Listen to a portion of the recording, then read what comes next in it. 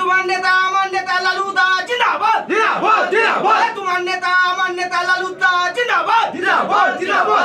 সামনেই বিধানসভা নির্বাচনকে সামনে রেখে সংগঠন আরো মজবুত করতে তৃণমূল কংগ্রেসের অন্দরে চলছে একের পর এক সাংগঠনিক রদবদল।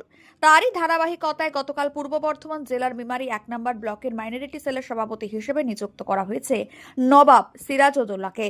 মেমারি শহর মাইনরিটি সেলের সভাপতি হিসেবে শেখ শামীম, এসসি ওবিসি সেলের সভাপতি হিসেবে উত্তম ক্ষেত্রপাল এবং মেমারি শহর তৃণমূল ছাত্র পরিষদের সভাপতি হিসেবে অনিকেত রায়কে দায়িত্ব দেওয়া হয়।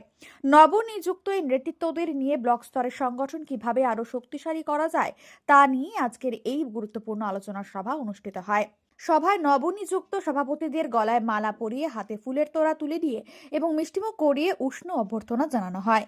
কর্মসূচিতে উপস্থিত ছিলেন পূর্ব বর্ধমান জেলা যুব তৃণমূল কংগ্রেসের সাধারণ সম্পাদক মুকেশ শর্মা, জেলা যুব সহ সভাপতি জিতেন্দ্র সিং সহ দলের একাধিক নেতৃত্ব।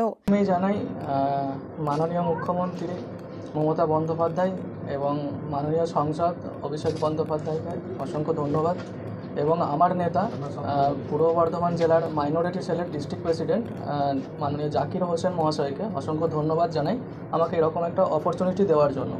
এবং সামনে আপনারা জানেন 2026-এ ইলেকশন আছে। দল যা ইনস্ট্রাকশন দেবেন সেই ইনস্ট্রাকশন অনুযায়ী আমার কাজ করব এবং আমার নেতা যে ইনস্ট্রাকশন দেবেন অ্যাকর্ডিং টু ইনস্ট্রাকশন সেই অনুযায়ী আমরা কাজ করব এবং আমরা সংগঠনটাকে আরও স্ট্রং করব এবং সেই সংগঠনকে কিভাবে আরও ভালোভাবে স্ট্রং করা যায়, কিভাবে যে মাননীয় মুখ্যমন্ত্রী এই যে উন্নয়নের পাঁচালী প্রোগ্রাম করছে এবং মানুষের যে এত উন্নয়ন করেছে সেই কী উন্নয়ন করেছেন এবং কিভাবে মানুষ সেই উন্নয়ন পরিষেবাগুলো পেয়েছে সেই জিনিসগুলোকে আরও মানুষের কাছে তুলে ধরা এবং এই জিনিস নিয়ে আমরা এগিয়ে চলব এবং আমরা সংগঠনটাকে আরও স্ট্রং করব। হঠাৎ রাজনৈতিক ময়দানে কেন? হঠাৎ রাজনৈতিক ময়দানে এমনটা নয়, আমি পুরোপুরি অ্যাক্টিভ ছিলাম। আমি ওপেন আসতাম না এবং এখন ওপেন আসছি, কারণ আমি গ্রাম থেকে উঠে আসা ছেলে, গ্রামে রাজনীতি করতাম। আমি কখনো ব্লক লেভেলে রাজনীতি করিনি। আমি ডিজার্ভ করি এই জায়গাটা, আমার নেতা বুঝেছেন এবং তাই আমার এই জায়গাটাকে উনি এই অপরচুনিটিটা আমায় দিয়েছেন। নতুন পদ পেয়েছো, পদ পাওয়ার পরে সবার সম্বর্ধনা জানাচ্ছে, এটা কেমন লাগছে?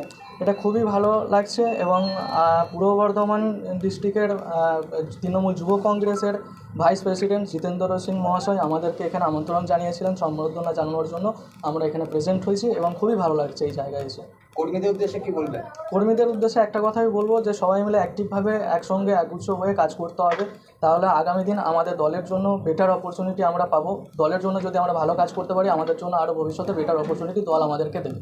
সাধারণ মানুষের জন্য কি বার্তা রাখছে? সাধারণ মানুষের জন্য এই বার্তায় রাখবো যে মাননীয় মুখ্যমন্ত্রী যে সমস্ত প্রকল্প বের করেছে এবং এই সমস্ত প্রকল্পের জন্য সাধারণ মানুষ অনেক উপকার পেয়েছেন এবং যারা পায়নি এই প্রকল্পগুলোর সুবিধা আমরা তাদের কাছে পৌঁছে দেব। আমরা দলের সৈনিক হিসেবে কাজ করব এবং সাধারণ মানুষের দরজায় গিয়ে এই প্রকল্পগুলো দিয়ে আসবো। নতুন দায়িত্ব পেয়ে অনুভূতি প্রকাশ করতে গিয়ে নবাব সিরাজউদ্দৌলা বলেন, এই দায়িত্ব আমার কাছে গর্বের। দল যে বিশ্বাস আমার উপর রেখেছে তার মর্যাদা রাখার চেষ্টা করব। দল যা সিদ্ধান্ত বা দায়িত্ব দেবে তা নিষ্ঠার সঙ্গে পালন করব এবং আগামী দিনে মানুষের পাশে থেকে কাজ করাই হবে আমার মূল লক্ষ্য। দেবীপুর থেকে দিনেশ শীলের রিপোর্ট, মেমারি আপডেট নিউজ।